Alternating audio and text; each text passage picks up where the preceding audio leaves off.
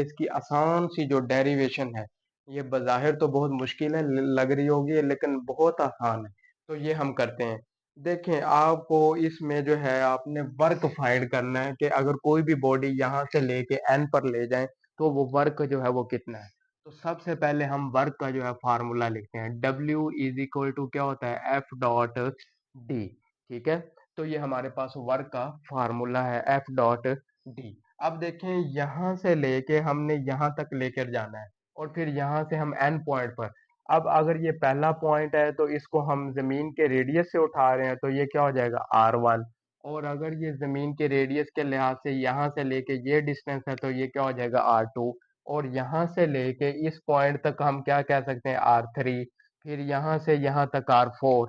यानी जितना ऊपर जाते जाएंगे तो ये R का डिस्टेंस भी क्या होता जाएगा, बढ़ता जाएगा। तो अब इसमें अगर कोई से भी दो पॉइंट का डिस्टेंस लें तो वो हमारे पास क्या आ जाता है, डेल आर।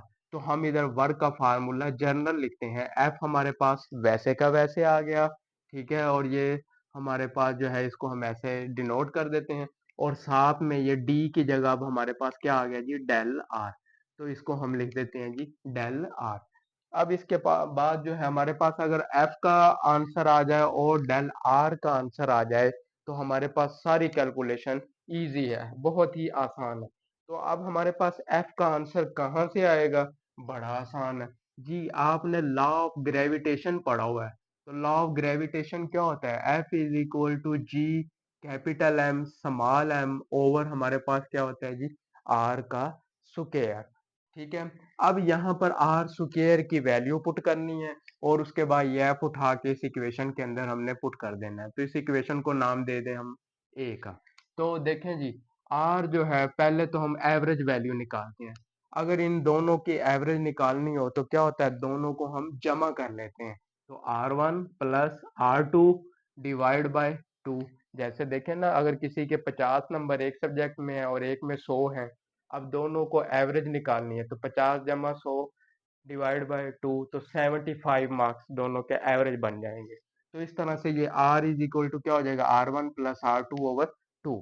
अब इसमें डेल आर की वैल्यू भी निकालते हैं। अब देखिए, डेल का मतलब होता है चेंज। अब चेंज का मतलब क्या है, यहाँ से लेके यहाँ तक ये डिस्टेंस क्या है, ज्यादा। तो ये क्या हो जाएगा, R2। और ये वाला डिस्टेंस क्या है, कम, तो माइनस R1। देखें, हम हमेशा ज्यादा बड़ी क्वांटिटी से स्मॉल क्वांटिटी को माइनस करते हैं। तो ये क्या हो गया, R2 माइनस R1। अब यहाँ से जो है ये R1 जो है इधर आकर क्या हो जाएगा, प्लस। तो del R plus R1 is equal to, ये हमारे पास क्या आ गया जी, R2। अब ये R2 की वैल्यू इस इक्वेशन 2 के अंदर जो है हम पुट कर देते हैं, पुट इन 2। तो जब इसको हम 2 के अंदर पुट करेंगे तो इजी आसान सी कैलकुलेशन हो जाएगी। R is equal to R1, R2 की जगह हमारे पास क्या आ गया, डेल R प्लस R1। और डिवाइड बाय इसमें ये जो 2 था ये 2 हो गया।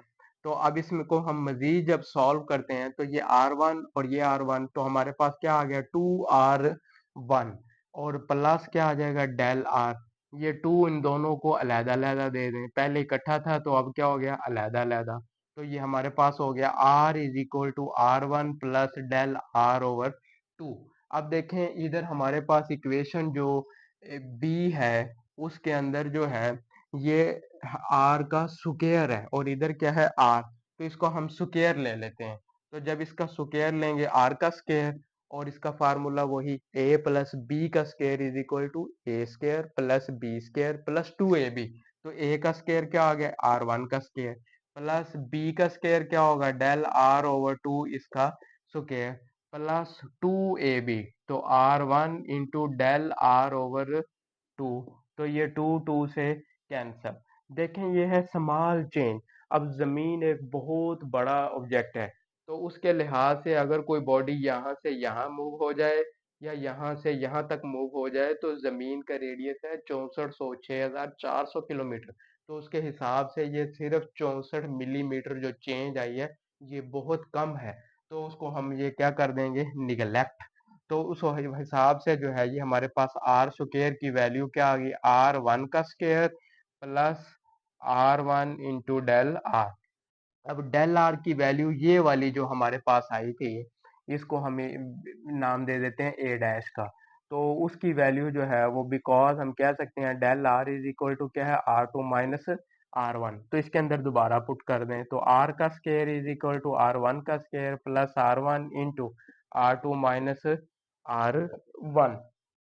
तो अब ये क्या हो गया, आर का square is equal to R one का square plus R one R two, ये इससे जब मल्टीप्लाई और जब इससे होगा तो फिर माइनस आर वन का स्केयर, और दोनों क्या हो जाएंगे, कैंसल। तो आर का स्केयर इज इक्वल टू क्या आ गया, आर वन आर टू। तो ये हमारे पास एक जो है इधर आंसर आ गया। अब इसको हम इक्वेशन जो है वो हमारे पास जो ए है उसके अंदर पुट कर सकते हैं। पहले इसको बी में पुट करेंगे, पुट इन बी। तो पुट इन बी, ठीक है। तो इसको जब बी के अंदर हमने पुट किया तो हमारे पास क्या आया, F is equal to G M M over R square की जगह क्या आ जाएगा, आर वन आर टू, ठीक है। और अब इधर जो है इसको हम इक्वेशन ए में पुट करते हैं, पुट इन इक्वेशन ए। ये वाला जो एफ है इसको इस ए में पुट कर दिया, तो ये जी वर्क आ गया। और इज इक्वल टू एफ की जगह क्या आ गया, G M M over R one R two. और डेल आर की वैल्यू दोबारा पुट करें, R two minus R one. तो ये हमने जी पुट कर दिया R two minus R one. तो अब ये डिवाइड इधर इसको भी तो मिल सकता है, तो हम देखें ये वन टू है तो वर्क भी क्या हो जाएगा, वन से कहाँ तक, टू तक, is equal to G M M. और ये क्या हो जाएगा, R two over R two minus R one over R two. यानी ये वैल्यू दोनों को बराबर बराबर जो है हमने दे दी। तो ये आर टू टू से कैंसल, आर वन से कैंसल, तो वर्क वन से लेके टू तक जो है हमारे पास क्या आ गया, G M M into one over R one minus one over R two. अब उसके बाद हम जो मजीद वर्क है इधर उसकी कैलकुलेशन करते हैं।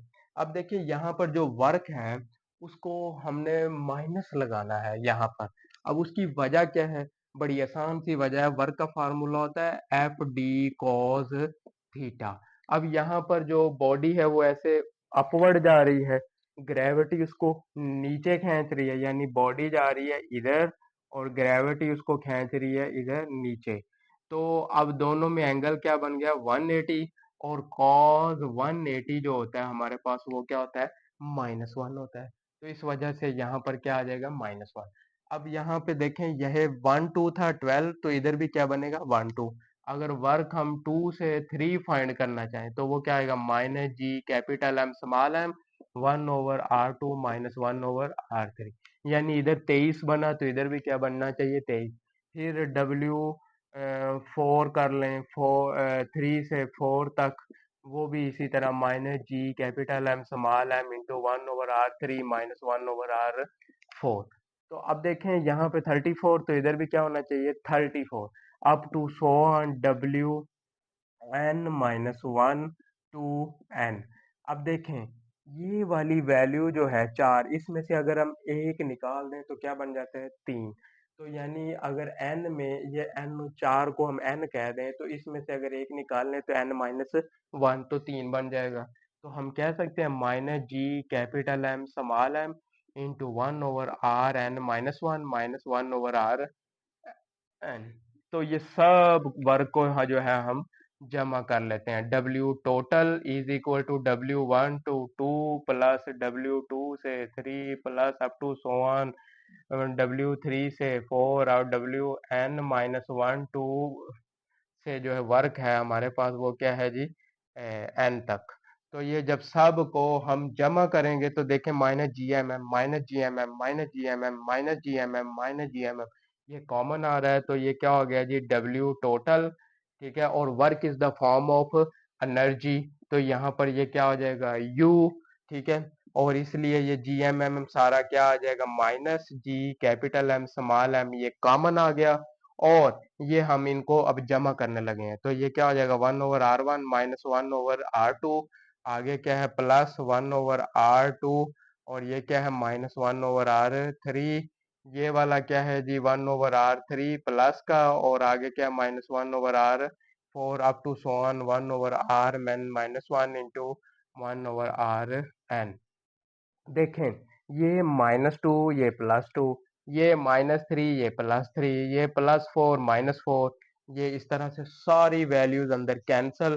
तो हमारे पास u इज इक्वल टू क्या आ जाएगा, -g capital M small m into 1/R1 -1/Rn। अब जो n है इधर हमारे पास वो तो इनफाइनाइट पॉइंट पर है, तो इसको हम क्या कह सकते हैं इधर, एन इज इक्वल टू क्या है, एन अप्रोचेस टू क्या हो गया, इंफिनिटी हो गया है। तो अब उसको इंफिनिटी पुट करेंगे तो 1/इंफिनिटी जब होगा तो वो आंसर क्या आ जाता है, जीरो। तो इस वजह से u is equal to -g capital M small m over क्या आ जाएगा, r। अब चूंकि यहाँ जमीन के रेडियस की बात हो रही है तो वो बड़ा रेडियस है, तो -g m ओवर क्या आ जाएगा, कैपिटल R। अब देखें यहाँ पर ये जो R है, अगर ये बढ़े तो पोटेंशियल एनर्जी को क्या होना चाहिए, कम, क्योंकि ये दोनों क्या है, इनवर्सली प्रोपोर्शनल है। लेकिन ऐसा होता नहीं है। क्यों, यहाँ पर ये लगी हुई है माइनस, यानी अगर R बढ़ेगा तो पोटेंशियल एनर्जी भी क्या होगी, ये वाली बात गलत है। अगर R बढ़ेगा तो ये डायरेक्टली प्रोपोर्शनल हो जाएगा U के, यानी नेगेटिव जो है इसको रिवर्स कर रही है। आर बढ़ा तो पोटेंशियल एनर्जी भी क्या हो जाएगी, बढ़ जाएगी। तो अक्सर माइनस साइन जो है वो बच्चे इस तरह से एक्सप्लेन नहीं कर पाते, तो आपने कहना है ये माइनस साइन जो है इंडिकेट करती है कि ग्रेविटेशनल फोर्स उसको अट्रैक्ट कर रही है, लेकिन वो बॉडी जा रही है ग्रेविटी के इन्फ्लुएंस से बाहर। लेकिन जैसे जैसे आर बढ़ता जाएगा यू बढ़ती जाएगी, ना कि कम होगी। तो इस तरह से इसको एक्सप्लेन कर देना है। अब हम इसकी जो है वो डिफाइन की तरफ आते हैं।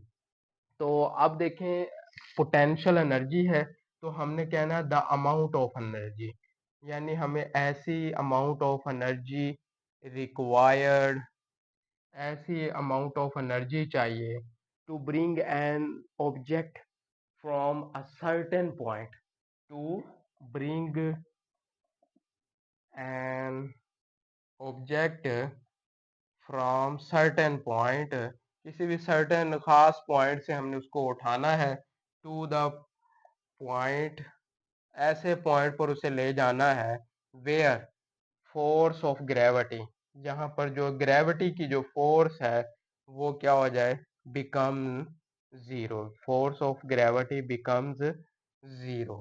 तो उसको हम कहते हैं जी absolute potential energy. I hope so ये आपको आसान लगा हो।